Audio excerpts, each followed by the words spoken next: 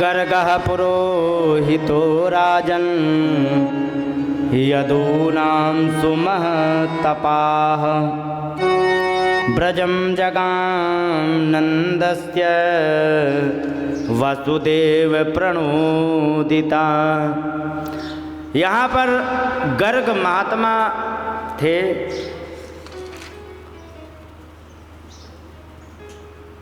बहुत अच्छे ज्योतिषी थे।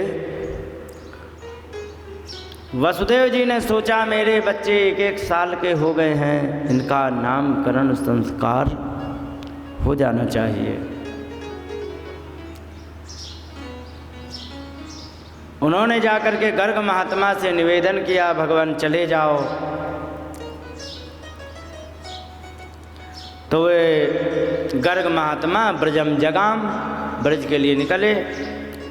जो नंदस्य वसुदेव प्रणोदिता, नंद के ब्रज माने गौशाला के लिए निकले, जो वसुदेव प्रचोदिता, वसुदेव जी ने भेजा था। और इस प्रकार जाकर के वहाँ पर उनका बढ़िया सा स्वागत सम्मान हुआ। बड़ा ही सुंदर सुपविष्टम कृतातिथ्यम गिरिम सुनृत या मुने। बैठे तो उनका आतिथ्य सत्कार आदि सब कुछ बढ़िया सा किया गया। और बढ़िया सा आतिथ्य सत्कार जब उनका किया गया, करने के पश्चात नंदित्वा ब्रवीत ब्रह्मन् पूर्वस्य करवाम किम, और बड़े ही आनंदित करके सब चीज़ों से परिपूर्ण करके, और फिर इसके बाद नंद बाबा कहने लगे बताओ अब आपकी और क्या सेवा की जाए। और क्योंकि उन्होंने कहा कि बस कुछ नहीं, लेकिन हमारा एक निवेदन है गुरुदेव बताओ, क्योंकि आप ज्योतिषामयम साक्षात यत्यज्ञानमतीन्द्रियं प्रणीतं भवता येन पुमान् वेद परावरम। आप ज्योतिषियों में बहुत अच्छे ज्ञानी हो, इतने अच्छे ज्ञानी हो, कैसा समय बीत गया है, कैसा वर्तमान चल रहा है, आगे आने वाला कैसा समय है, ये सब कुछ आप जानते हैं। अच्छा, ऐसे ही आपको समझ में आती है बात कि आगे की भी कोई बात जान जाता हो। आप मानते हो कि नहीं मानते हो? हैं? कोई बता ही नहीं रहा, इसका मतलब नहीं जानते क्या?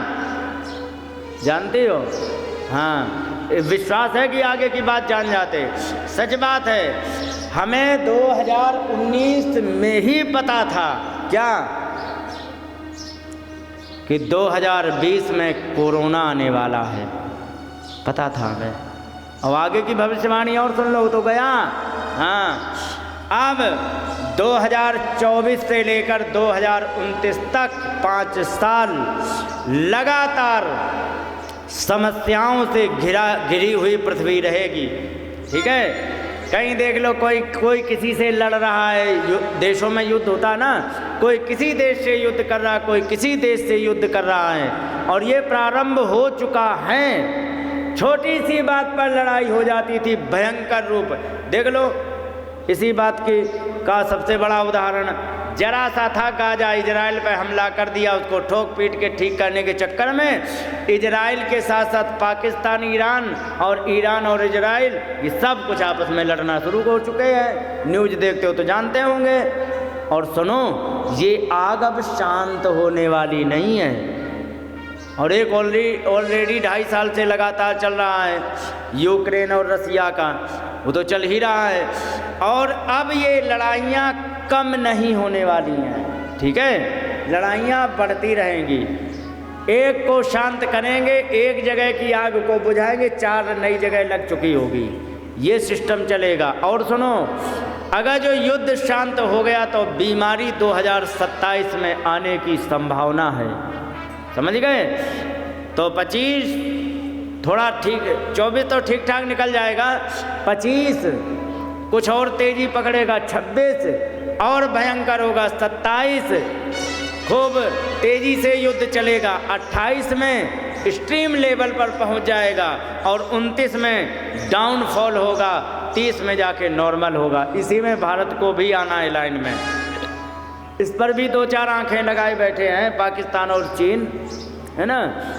तो अब कह दो कि भागवत में इसकी क्या ज़रूरत, तो ध्यान रखो, भविष्य को जो नहीं सूंघ पाता है ना, वो जीवन में उन्नति नहीं कर सकता। ध्यान रखो, समझ गए? कहने का मतलब, गलती मुझसे हुई 2019 में, ये गलती हो गई 2019 में कि हमें पता था कि बीमारी आएगी, पर इतनी बड़ी आएगी ये अंदाज़ा नहीं था। और यही ऐसे ही कुछ होने वाला है 2025, 26, 27, 28, 29 में भी। तो कहने का मतलब समय अच्छा नहीं है आगे का। और 29 क्रॉस होने के बाद 30 के बाद बार बिल्कुल राम राज चलेगा, बिल्कुल शांतिपूर्वक। क्यों? जितने भी अधर्मी हैं, जितने भी पापी पाखंडी हैं, जितने हत्यारे किस्म के हैं, जितने ऐसे लोग हैं जिनको मतलब आदमी को मार देना मक्खी मच्छर जैसा है, वे सब के सब समाप्त होकर मात्र 10% बचेंगे। सब मर जाएंगे आपस में ही लड़के, किसी को मारने की जरूरत नहीं, आपस में ही लड़के मरेंगे। ये समय आने वाला है, ध्यान रखो। और ये समय ऐसी भविष्यवाणी ज्योतिष बता रही। तो सच बात है, जो ज्योतिषी होता है वो सब जान जाता है।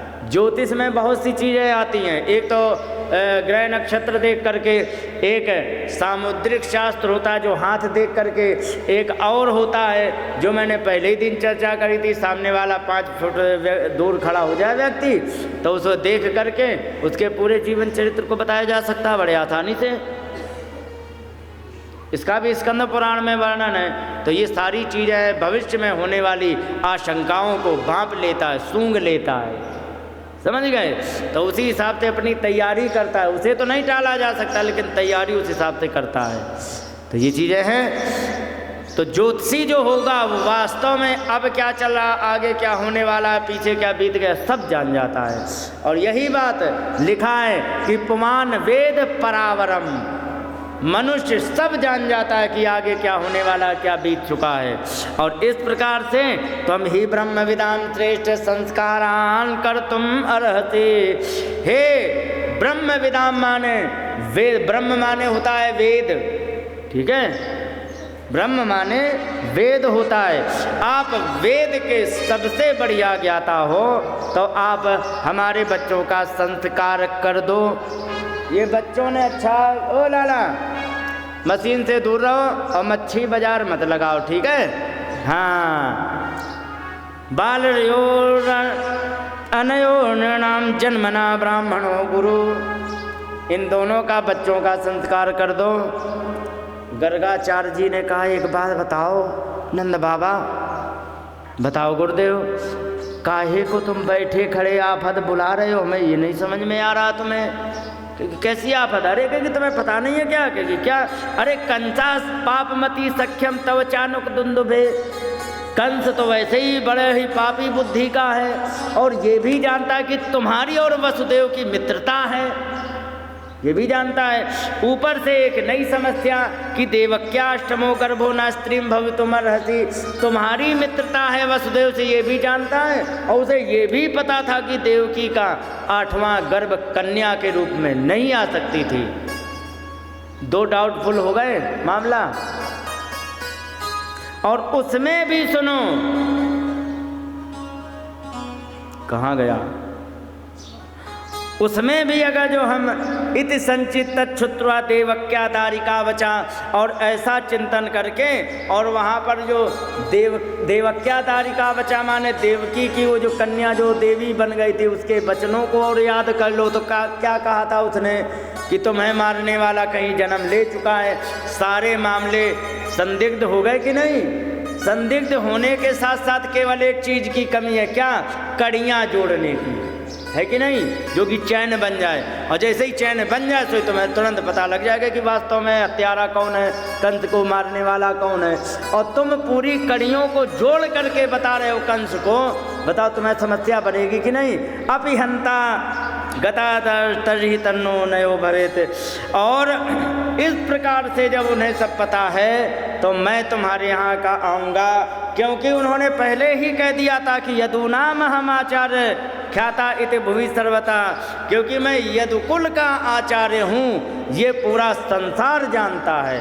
और ऊपर से हम तुम्हारे बच्चों का संस्कार कर दें। और इसके बाद सुतम मया संस्कृतम ते मन्यते देवकी सुतम, अगर जो मैंने तुम्हारे बच्चों का जन्म संस्कार, नामकरण संस्कार, क्षमा करना, नामकरण संस्कार कर दिया तो मोहर लग जाएगी कि ये दोनों को दोनों देवकी के पुत्र हैं, लग जाएगी कि नहीं। और ऊपर से इतने सस्पिशियस ऑब्जेक्ट पहले से ही है, इतने क्लू वैसे ही मिल रहे हैं उन्हें, इतने सुराग वैसे ही मिलते जा रहे हैं। अब अगर जो मैंने तुम्हारे इनका कर दिया तो पक्का हो गया कि ये नहीं, वास्तव में ये देवकी और वसुदेव के पुत्र हैं। फिर कंस क्या करेगो तुम्हारे साथ, ये शायद हमें बताने की अब तो ज़रूरत नहीं। नंद बाबा कहने लगे बात तो ठीक कह रहे हो, लेकिन एक बात और सुन लो महाराज, क्योंकि हम भी जुगाड़ से काम लेंगे, व्यर्थ में थोड़े हम पंगा लेंगे। क्योंकि क्या जुगाड़ से काम लोगे? तो उन्होंने कहा कि अलक्षितोस्मिन रहसी मामकैरपि गोब्रजे, मैं अलक्षित माने छिप करके, रहसी माने एकांत में, किसी को बताऊंगा नहीं। क्योंकि किसको? क्योंकि मामकई है अपि, जो हमारे भी नियर्स एंड डियर्स हैं उन्हें भी हम नहीं बताएंगे। अच्छा, और कहाँ करोगे? क्योंकि गोब्रजे, गौशाला में करेंगे। कुरुद जाति संस्कार सतिवाचन पूर्वकम, क्योंकि जन्म संस्कार करने, नामकरण संस्कार करने के लिए बहुत बड़ा महोत्सव किया जाता है कि हमारे बच्चे का नामकरण संस्कार है। खूब गाजे बाजे और खूब संगीत समारोह, खूब भजन कीर्तन होते हैं। तो ऐसा करेंगे कि हम सारा का सारा मामला कैंसिल करके केवल आप मंगल कामना के लिए स्वस्ति वाचन कर देना, उसी से ही सारा मंगल कामना हमारी हो जाएगी, सारा मामला मंगलकारी हो जाएगा। केवल स्वस्ति वाचन करके हमारे बच्चों का नामकरण संस्कार कर दो, इतनी जुगाड़ हम कर सकते हैं। उन्होंने कहा बिल्कुल, यदि इतना तुम कर सकते तो मैं पक्का कहता हूँ कि मैं तुम्हारे बच्चों का नामकरण संस्कार अवश्य ही करूँगा। और वहाँ पर जा कर के उन्होंने गौशाला में चले गए और वहाँ जा कर के कह कि लाओ अब हम नामकरण संस्कार करें। वहीं चौकी होगी, गाय जहाँ पर रह रही हो, एक बार बताएं, सबसे पवित्र स्थान कौन होता है मालूम है? तुम बताओ माता। हाँ सही है, हाँ तेज बोला करो, सही बात है। अच्छा, जब सास को डरती हो, ईमानदारी से बताना कौन किससे डरता है? तो सुनो, गाय में आपको बता दें क्यों ऐसा होता है, इसके पीछे इतना विज्ञान है माता, क्या बताएं। हम यदि गाय के गौशाला का वर्णन करेंगे तो आधा घंटा लग जाएगा। फिर भी संक्षेप में सुन लो, गौशाला को पवित्र करने की कभी क्यों नहीं आवश्यकता होती। ध्यान रखो, जहाँ पर गौ माता होती है, जहाँ पर गाय का गोबर पड़ा होता है, गौमूत्र होता है, वहाँ के पर्यावरण में किसी भी प्रकार का कोई भी वायरस प्रवेश ही नहीं कर सकता, समझ गए। और एक बात और बता दे, जहाँ पर गायें होती हैं वहाँ पर कोई मशीन लगा के भी नाप ले, वहाँ का ऑक्सीजन लेवल सबसे हाई होता है। क्यों? गाय एक ऐसा प्राणी होता है कि जो ऑक्सीजन को लेता है, ऑक्सीजन ही निकाल देता है, समझ गए। गौ माता के जो प्राणवायु जिसे कहते हैं ना, शास्त्र की भाषा में उसी को ऑक्सीजन कहते हैं। तो ये जो प्राणवायु जो है ना, गाय की सांस से प्राणवायु निकलती है। हमारी सांस से आउट जो आती है वो कार्बन डाइऑक्साइड होती है, वो नुकसान करती है। इसीलिए जहाँ पर 100 लोग इकट्ठे हो जाएं, एक बस में घुस जाएं और शीशा बंद कर लो, फिर आहा क्या बढ़िया महक देती है बस। जब तक शीशा 2-4 खोल के हवा ना निकालो तो है कि नहीं। और पसीना आ गया तो फिर क्या बात है, पूरा नरक हो जाता है वो। लेकिन गौशाला में कितनी भी गायें हो जाएं, आपको कभी ये नहीं लगेगा कि हम कहाँ आ गए। क्यों? ऑक्सीजन लेवल बस के अंदर कम हो जाता है लोगों की सांस लेने के कारण, लेकिन जहाँ गौशाला होती वहाँ ऑक्सीजन लेवल कभी कम नहीं होता है। और इसका परीक्षण करने का सबसे आसान उपाय लेकिन तुम नहीं कर पाओगी, मालूम है क्यों? क्योंकि तुम्हारे घर पक्के बन गए हैं, बड़े आदमी हो ना तुम लोग, हाँ पक्के बन गए। हमारे यहाँ क्या होता था, सुनो, हमारे यहाँ केवल दीवारें होती थीं ईंट की, नीचे सब कच्चा। तो जब त्यौहार आता था, कुछ भी आता था, तो गोबर को डाल के उसमें पानी में मिक्स करके और लिपाई करते थे। और जब घुसते थे तो लगता था कि क्या बात है, स्वर्ग में आ गए। तुमने अनुभव किया होगा तो याद होगा, नहीं किया होगा तो कर लेना। होता है क्यों मालूम है क्यों? क्योंकि गाय का गोबर ही ऐसा होता है जो सारी बैक्टीरिया को ख़त्म कर देता है, ऑक्सीजन को बढ़ा देता है। इसीलिए तुम्हारे यहाँ चलता कि नहीं चलता मैं नहीं जानता हूँ, मेरे यहाँ चलता है। जिस समय कोई व्यक्ति मर जाता है ना, तो उसकी चिता घर से उठने के बाद जब दाह संस्कार हो जाता है, उसी दिन या उसके ठीक अगले दिन गाय के गोबर से बिना मिट्टी मिलाए लिपाई की जाती। मालूम है क्यों? क्योंकि मरने वाले व्यक्ति के शरीर से जाने कितनी बैक्टीरिया निकलती है, भयंकर। इसीलिए दाह करने वालों को स्नान करना पड़ता है। बाल इसलिए कटाने पड़ते क्योंकि दाह संस्कार करने गए हैं, भयंकर बैक्टीरिया भर जाते, तो बाल साफ किए जाते कि बैक्टीरिया उससे निकल जाए। शरीर में होते तो बहते हुए पानी में नहाया जाता है। और घर में जो बैक्टीरिया घुस गया है ना, तो गाय के कच्चे गोबर से बिना मिट्टी लगाए जब लीप देते हैं तो उसमें ऐसी ऑक्सीजन निकलती है, ऐसे उसमें प्रॉपर्टी होती है, ऐसे केमिकल होते कि सारे के सारे मरे हुए मनुष्य की जो भी बैक्टीरिया है वो उसको भी ख़त्म कर देता है। समझ गए? तो ये चीज़ें हैं। अब आई हो हाँ तो बस जाओ, हो गया टाइम, जाओ। बोलिए वृंदावन बिहारी लाल की जय। तो गौशाला खुद एक ऐसा है जो पवित्र करने के लिए, वहाँ पवित्र करने की कोई आवश्यकता नहीं है। और यहाँ पर गौशाला में जा कर के यहाँ पर इन्होंने अपना भगवान का नामकरण संस्कार कर दिया। अयम ही रोहिणी पुत्रो रमयन सूर्धो गुणै आख्यास्ते रामैते बलाधिक्यात बलम विदु। ये जो रोहिणी का पुत्र है इसको बलराम कहते हैं। इनका नाम बलराम है, लेकिन यदु नाम अपृथक भावात संकर्षण मुष्यन्त होता है।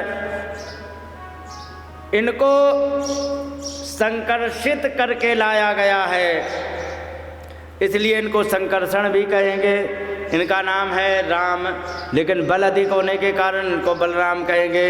इसके बाद भगवान का कृष्ण का नामकरण के लिए कहा गया, तो भगवान कृष्ण को जैसे ही देखा, गर्गाचार्य महात्मा ने लाइन लगा दी बातें कहने की, श्लोकों की लाइन लगी है यहाँ पर।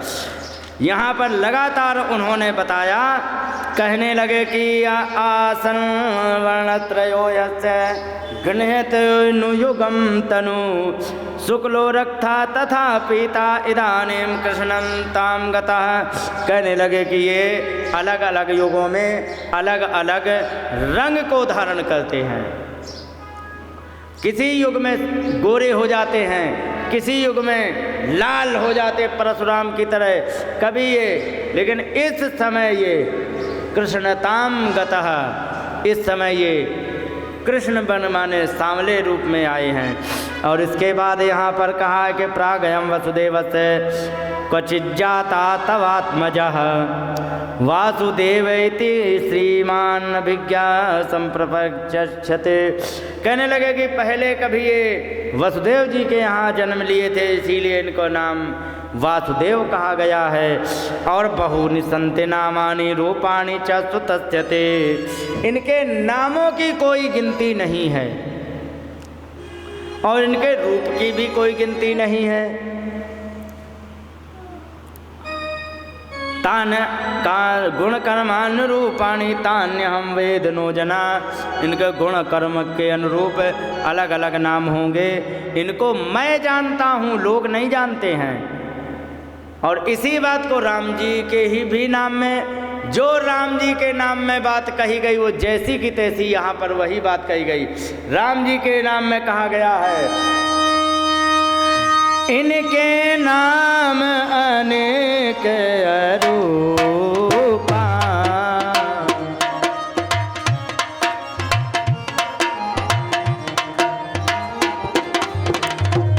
मैं कहब समति अनुरूपा।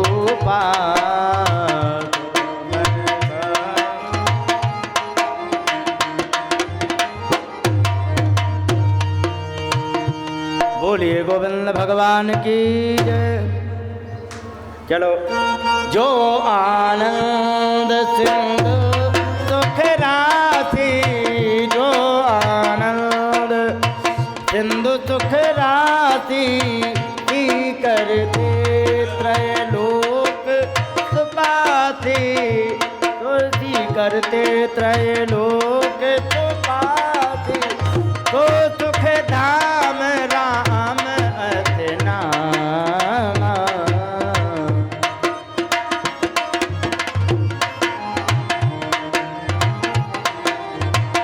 अखिल लोक अंग अंग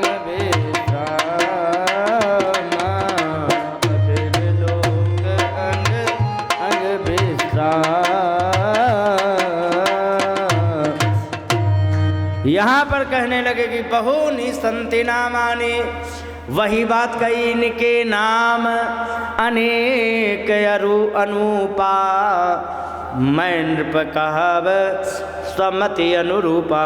यहाँ कह रहे हैं कि बहु निसंति नामानि, इनके भी बहुत से नाम हैं। रूपाणि च सुतस्यते, नाम ही बहुत से नहीं, इनके रूप भी अलग अलग हैं। हाँ,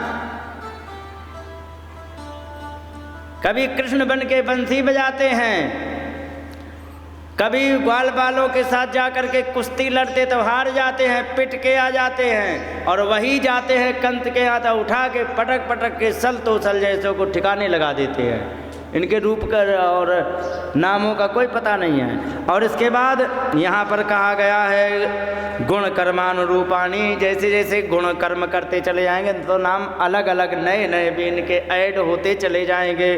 और इसके बाद ध्यान रखना, नंद बाबा ही नहीं ध्यान रखना है, तुम्हें भी ध्यान रखना है क्या कि एषवाश्रय आधास्यद गोप गोकुल नंदन अनेन सर्व दुर्गाणि योयम अंजस्तरिष्यते। ये बात ध्यान रखना है गोकुलवासियों और तुम लोग कि इनके आश्रित रह करके सारे के सारे कष्टों को आप बड़े आसानी से पार कर जाएंगे। सच है कि नहीं? जितने भी ग्वाल बालों पर संकट आया सब के सब चले गए, कुछ बिगाड़ पाए तो तुम भी उनका आश्रय ले लोगे तो तुम्हारा कौन क्या बिगाड़ सकता है। बस शर्त ये है कि तरीके से आश्रय लोगे तो ही होगा। और इसके बाद यहाँ पर आगे लिखा है तस्मात् नंदात्मजोयम ते नारायण समो गुणै। इसलिए हे नंद बाबा तुम्हारा पुत्र जो है साक्षात नारायण के जैसे गुणों वाला है। इसलिए स्त्रिया कीर्त्यानुभावेन गोपायस्व समाहिता। स्त्री माने कांति कीर्ति इन सब से और प्रभाव से गोपायस्व इनकी रक्षा करना, समाहिता एकाग्र चित्त होकर के। क्योंकि ध्यान रखो जिसके ज़्यादा पैसे होते हैं उसके शत्रु बहुत होते हैं, जिसका नाम ज़्यादा हो जाता है उसके शत्रु बहुत होते हैं, जिसका प्रभाव ज़्यादा होता है उसके शत्रु बहुत होते कि नहीं? सच है कि नहीं? अरे हाँ करो या ना। नरेंद्र मोदी का प्रभाव है कि नहीं है? और इस देश में कितने उनका खून पीने को तैयार हैं। और आदरणीय राहुल गांधी का है कोई प्रभाव? उत्तर है उतना नहीं है। तो क्या उनका कोई उनके पीछे पड़ता है कोई? तो उत्तर है नहीं। जिसका भी प्रभाव ज़्यादा होगा उसके शत्रु ज़्यादा होंगे, जिसके पास पैसा ज़्यादा होगा उसी के यहाँ डाका ज़्यादा पड़ेगा, और जिसके कीर्ति ज़्यादा होगी वह उसी को बदनाम करने की कोशिश ज़्यादा की जाएगी। सच है कि नहीं? इसलिए इनके नाम को, प्रभाव को, सबको दबा के रखना, छिपा के रखना। समझ गए? उन्होंने कहा ठीक। इस प्रकार से कहा तो नंदा प्रमुख कहा गया, नंदा प्रमुख तो मैंने आत्मान पूर्ण आशीषाम। यहाँ पर नंद बाबा को बड़ा आनंद हुआ क्योंकि देखो हमारे बालक बच्चों का यहाँ नामकरण संस्कार हो गया। बोलिए गोविंद भगवान की।